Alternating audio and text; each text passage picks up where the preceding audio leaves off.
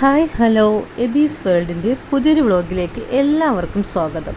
ഇത് ടൂറ് കഴിഞ്ഞ് വന്നിട്ടുള്ള ഫസ്റ്റ് വ്ളോഗാണ്. പക്ഷേ ടൂറ് കഴിഞ്ഞ് വന്നതിൻ്റെ ആ ദിവസം വ്ളോഗ് എടുക്കാനായിട്ട് പറ്റിയിട്ടുണ്ടായിരുന്നില്ല. കാരണം വന്ന് 6 മണിയൊക്കെ ആയ സമയം നമ്മൾ വീടെത്തിയിട്ടുണ്ടായിരുന്നു കേട്ടോ.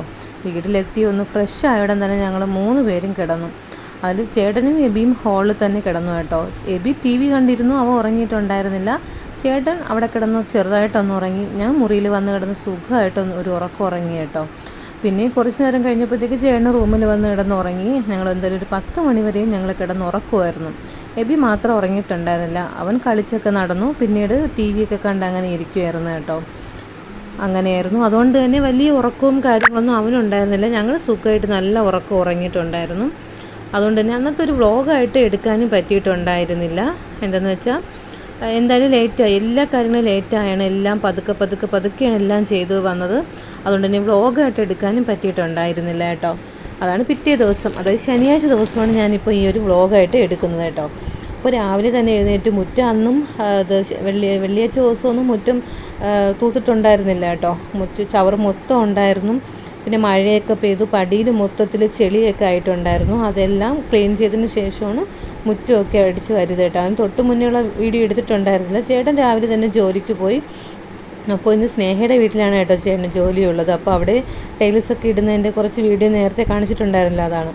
അപ്പോൾ ഇത് എബിയുടെ കാണാതെ പോയ ചെരുപ്പാണ് കേട്ടോ അവിനാശ് കൊണ്ടുവന്നത്. അപ്പോൾ എബി നല്ല ഉറക്കമാണ്. ഈ ഒരു ദിവസം നല്ല ഉറക്കമാണ്. അതായത് ശനിയാഴ്ച ദിവസം അവൻ നല്ല ഉറക്കമായിരുന്നു. വെള്ളിയാഴ്ച ഉറങ്ങാത്തതെല്ലാം അവൻ ഈ ശനിയാഴ്ച ദിവസം കിടന്നുറങ്ങി കേട്ടോ. അവനും ഇതുപോലെ 10 മണിയൊക്കെ ആയി കേട്ടോ ഉറങ്ങി എഴുന്നേറ്റ് വന്നപ്പോഴത്തേക്കും. അത്രത്തോളം അവൻ കിടന്ന് നല്ല ഉറക്കമായിരുന്നു. അവർ ഫ്രണ്ട്സൊക്കെ കുറേ നേരം വരെ നിന്ന് കാണാത്തതുകൊണ്ട് തന്നെ അവരങ്ങ് പോയി. അപ്പോൾ എൻ്റെ ചെടികളിൽ മൊത്തത്തിൽ വേറെ പുല്ലൊക്കെ നന്നായിട്ട് വളർന്നിരിപ്പുണ്ടായിരുന്നു കേട്ടോ. അതെല്ലാം എടുത്ത് മാറ്റുവാണ്. ഇല്ലെങ്കിൽ ചെടി ഏതാണ് പുല്ല് ഏതാണെന്ന് മനസ്സിലാക്കാത്ത രീതിയായിപ്പോൾ. അതുകൊണ്ട് തന്നെയാണ് കേട്ടോ ഞാൻ ഇങ്ങനെയൊക്കെ ചെയ്തത്. അത് തന്നെ കുറേ ഉണ്ടായിരുന്നു കേട്ടോ. ഈ സൈഡിലൊക്കെ ഉള്ള ചെടികൾക്കും എല്ലാത്തിലും ഉണ്ടായിരുന്നു. എല്ലാത്തിലെയും പുല്ലെല്ലാം മാറ്റിയിട്ട് ഞാൻ അവിടെ ആ കത്തിക്കുന്ന ഭാഗത്ത് ഇട്ടിട്ടുണ്ടായിരുന്നു കേട്ടോ. പിന്നെ ചെടിയിലൊക്കെ ഒന്ന് വെള്ളം ഒഴിച്ചു കൊടുത്തു. ഇതിപ്പോൾ വെള്ളിയാഴ്ച ദിവസം മഴ പെയ്തിട്ടുണ്ടായിരുന്നില്ല. അതുകൊണ്ട് തന്നെ ചെടിക്ക് വെള്ളം ഒഴിക്കണമല്ലോ. അങ്ങനെ ഞാൻ ചെടിക്ക് ഫുള്ള് മൊത്തത്തിലൊന്ന് വെള്ളമൊക്കെ നനച്ചു കൊടുത്തതിന് ശേഷമാണ് പിന്നീട് ഫുഡ് ഉണ്ടാക്കാനായിട്ട് നിന്നത്.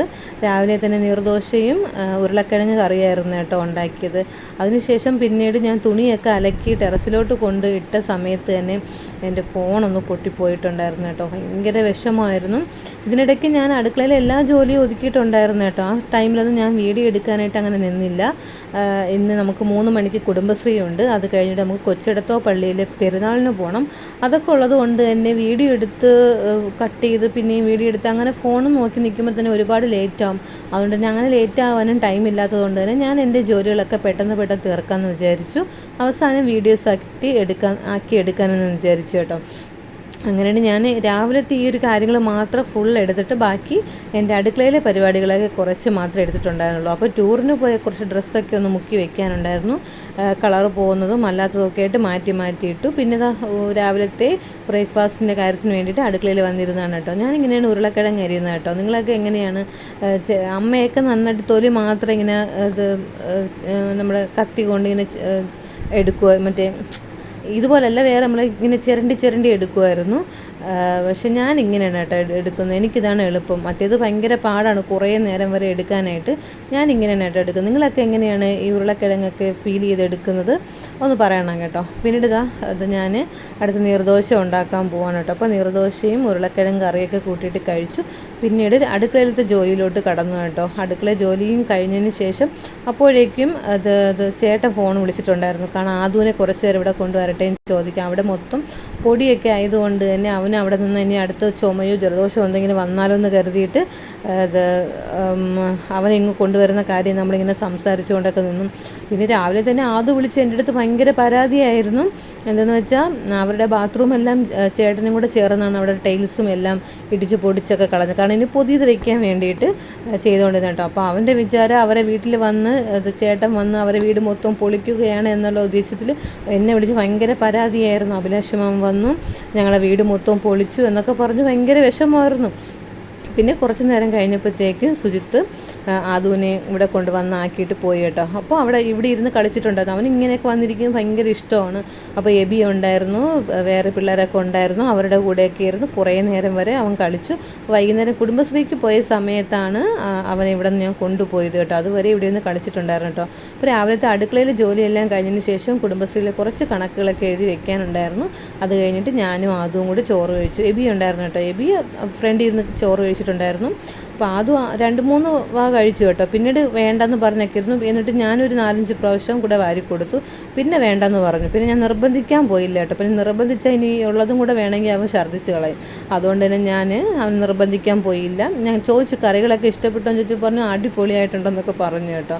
അവൻ ഫുഡൊക്കെ അങ്ങനെ കഴിച്ചു കേട്ടോ. അപ്പോൾ ഞാനിങ്ങനെ ആദ്യമായിട്ടാണെന്ന് തോന്നുന്നു കേട്ടോ ഇങ്ങനെ വീട്ടിൽ വന്ന് ഇങ്ങനെ ആദുവിന് ചോറ് കൊടുക്കുന്നത്. അതായത് അവിടെ പോകുമ്പോഴും 1-2 തവണ എന്തോ കൊടുത്തിട്ടുണ്ടെന്ന് തോന്നുന്നു. എനിക്ക് നല്ല ഓർമ്മയില്ല കേട്ടോ.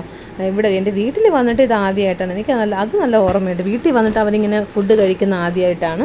പിന്നെ ഞങ്ങളെല്ലാവരും കൂടെ നേരെ വൈകുന്നേരത്ത് കൊച്ചെടുത്തോ പള്ളിയിൽ പോയി കേട്ടോ. ഇതിനിടയ്ക്ക് ഞങ്ങൾ കുടുംബശ്രീയിലൊക്കെ പോയതിന് ശേഷമാണ് പള്ളിയിലോട്ട് വന്നത് കേട്ടോ. ഇവിടുന്ന് ഞങ്ങൾ വീട്ടിൽ നിന്ന് 8 മണിയൊക്കെ ആയി കേട്ടോ ഇറങ്ങി. നമ്മൾ താമസിച്ചാണ് ഇറങ്ങിയത്. കാണാൻ എന്തായാലും തീരുന്നത് വരെ ഞങ്ങൾ അവിടെ നിൽക്കും. അവിടെ നല്ല ലേറ്റായിട്ടാണ് ഇറങ്ങിയത്. അപ്പോഴത്തേക്ക് തന്നെ ആരാധനയൊക്കെ കഴിഞ്ഞിട്ടുണ്ടായിരുന്നു.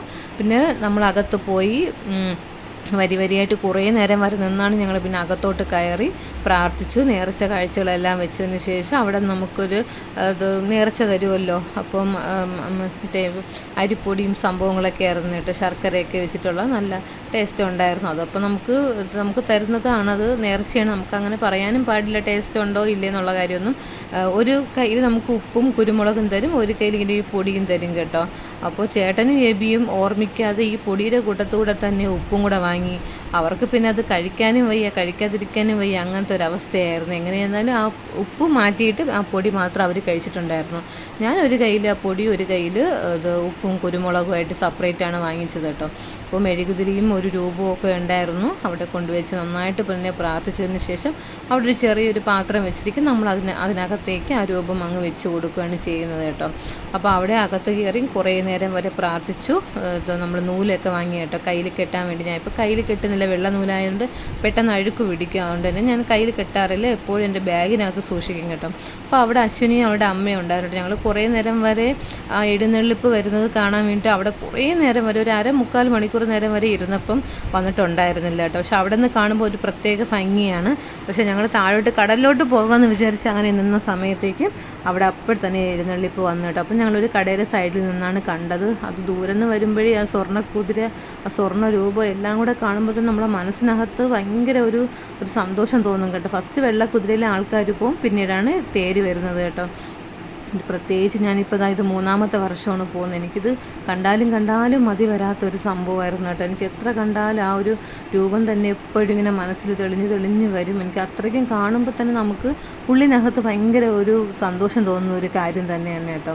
പിന്നെ നമ്മൾ ഈ നിന്ന സ്ഥലമെന്ന് വെച്ചാൽ ബീനയുടെ ചേട്ടനൊക്കെ ഒരു ചെറിയൊരു ഷോപ്പ് നടത്തുന്നുണ്ട് കേട്ടോ ഈ ഒരു പെരുന്നാളുമായിട്ട് ബന്ധപ്പെട്ട്. അപ്പോൾ നമ്മൾ അവിടെയാണ് നിന്നത്. അപ്പോൾ നമുക്ക് വേണ്ടിയിട്ട് ഒരു ബൺ മസ്ക ചേട്ടൻ എടുത്ത് വെച്ചിട്ടുണ്ടായിരുന്നു. ഞങ്ങൾ ഷെയർ ചെയ്ത് കഴിച്ചിട്ടുണ്ടായിരുന്നു കേട്ടോ. അപ്പോഴത്തേക്ക് അശ്വിനി അമ്മയൊക്കെ അങ്ങ് പോയിട്ടുണ്ടായിരുന്നു കേട്ടോ. അവർ നേരത്തെ വന്നതാണ്. അവർക്ക് അങ്ങോട്ട് വണ്ടി കിട്ടാൻ താമസം വേണ്ടി പോയി. ഞങ്ങൾ 3 ഫാമിലീസ് മാത്രമേ ഉണ്ടായിരുന്നുള്ളൂ കേട്ടോ. അപ്പോൾ ഞങ്ങൾ മുമ്പ് പറഞ്ഞ പോലെ തന്നെ എന്ത് വാങ്ങിയാലും ഞങ്ങൾ ഓരോന്ന് വാങ്ങി ഷെയർ ചെയ്ത് കഴിച്ചിട്ടുണ്ടായിരുന്നു കേട്ടോ.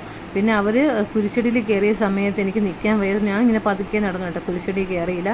തൊട്ടടുത്ത് തന്നെ എനിക്കൊരു കീച്ചെയിൻ വാങ്ങിക്കാൻ ഉണ്ടായിരുന്നു. അവിടെ നിന്ന് തന്നെ കോളിഫ്ലവറിൻ്റെ അത് വറുത്തത് വാങ്ങി കഴിച്ചിട്ട് അപ്പോഴത്തേക്ക് അവർ വന്നിട്ടുണ്ടായിരുന്നു, അവരും വാങ്ങി കഴിച്ചു. പിന്നെ കഴിഞ്ഞ വർഷം ഇത് സമ്മാനം കിട്ടിയതിൻ്റെ ഒരു ആത്മവിശ്വാസത്തോടെ ബീനയും കൂടെ ഇപ്രാവശ്യം ഇവിടെ വന്നു കേട്ടോ ഇത് നോക്കാൻ വേണ്ടി. 18 പോയിൻ്റ് വേണം, 2 പേർക്കും 16, എബിക്ക് 16 ബീനയ്ക്ക് 16 അങ്ങനെ എന്തുവാണ് കേട്ടോ കിട്ടിയത്. അതുകൊണ്ട് തന്നെ അവർക്ക് അതിൻ്റെ ഒരു സമ്മാനം കിട്ടിയിട്ടുണ്ടായിരുന്നില്ല. ഇത് കഴിഞ്ഞ വർഷം ആദു കയറിയ ഒരു സംഭവമായിരുന്നു കേട്ടോ. അവൻ ഒരുപാട് നേരം വരെ ഇവിടെ നിന്ന് കളിച്ചിട്ടുണ്ടായിരുന്നു. അപ്പോഴത്തേക്കും നമ്മൾ വേറെ കുറേ കാര്യങ്ങളൊക്കെ കാണാൻ വേണ്ടിയിട്ട് അങ്ങോട്ട് പോയി. കാരണം ഇവർക്ക് ഇത്ര സമയമുണ്ടല്ലോ, അത്രയും സമയം വരെ അവനത് ആസ്വദിച്ച് നല്ലതുപോലെ കളിച്ചു കേട്ടോ. അപ്പോൾ ഇതാണ് അവിടുത്തെ ഒരു അന്തരീക്ഷം എന്ന് പറയുന്നത് കേട്ടോ. കൊള്ളാം, നല്ല രസമുണ്ട്. ഇപ്രാവശ്യം ഞാനിതിൽ കയറിയിട്ടുണ്ടായിരുന്നു കേട്ടോ, എബിയെ കയറ്റിയിട്ടുണ്ടായിരുന്നു. കാരണം എന്തെന്ന് വെച്ചാൽ ഭയങ്കര റേറ്റ് ആയിരുന്നു കേട്ടോ. കഴിഞ്ഞ വർഷം 80 ആയിരുന്നത് ഇപ്പം 100 അങ്ങനെ എന്തൊക്കെയാണ് കേട്ടോ. എല്ലാം അങ്ങനെയാണ്, എല്ലാ സാധനത്തിനും റേറ്റ് കൂടിയിട്ടുണ്ട്. അതുകൊണ്ട് തന്നെ ഞാൻ അങ്ങനെ കയറിയിട്ടുണ്ടായിരുന്നില്ല. എല്ലാവരും ഓരോ ഐസ്ക്രീം വാങ്ങി കുടിച്ചു കേട്ടോ. ഞാൻ ഒരു കോഫി വാങ്ങി കുടിച്ചു, സുമോദയായിട്ട് ഒരു ചായ എന്ന് തോന്നുന്നു വാങ്ങി കുടിച്ചത്. ബാക്കി എല്ലാവരും ഓരോ ഐസ്ക്രീമാണ് കുടിച്ചത്. ഞാൻ പിന്നീട് വാങ്ങിക്കാമെന്ന് വിചാരിച്ചു, സത്യം പറഞ്ഞാൽ പിന്നീട് വാങ്ങിക്കാനും മറന്നുപോയി, വാങ്ങിച്ചിട്ടുണ്ടായിരുന്നില്ല കേട്ടോ. പക്ഷേ ഈ ചൂട് സമയമാണെങ്കിൽ പോലും എനിക്കൊരു ചായ കുടിച്ചാൽ ഭയങ്കര ആശ്വാസമായിരുന്നു. പിന്നീട് ഞങ്ങൾ ബീനയ്ക്കും അശ്വിനിക്കും രേഷ്മയ്ക്കും വേണ്ടിയിട്ട് മാളുവിനും വേണ്ടിയിട്ട് ബാഗ് വാങ്ങിച്ചിട്ടുണ്ടായിരുന്നു കേട്ടോ. അപ്പോൾ അശ്വിനിയുടെയും മാളുവിൻ്റെയും വെഡ്ഡിങ് ആനിവേഴ്സറി ഒക്കെ ഉണ്ടായിരുന്നു. അവർക്ക് ഒരു ഗിഫ്റ്റ് ആ സമയത്ത് കൊടുത്തിട്ടുണ്ടായിരുന്നില്ല. അപ്പോൾ അവർക്കും ഗിഫ്റ്റുകളൊക്കെ വാങ്ങിയിട്ട് ഞങ്ങൾ അപ്പം തന്നെ അവിടെ നിന്ന് ഇറങ്ങി കേട്ടോ. എന്തായാലും ഇറങ്ങിയെന്ന് പറഞ്ഞാൽ വീടെത്തിയ സമയത്ത് 3 മണിയായിട്ടുണ്ടായിരുന്നു. അപ്പോൾ ഇത്രയൊക്കെയാണ് കേട്ടോ ഇന്നത്തെ ഒരു കുഞ്ഞു വ്ളോഗ്. നിങ്ങൾക്ക് ഇഷ്ടമാവുകയാണെങ്കിൽ ലൈക്ക് ചെയ്യുക, ഷെയർ ചെയ്യുക, സബ്സ്ക്രൈബ് ചെയ്യുക. ബൈ.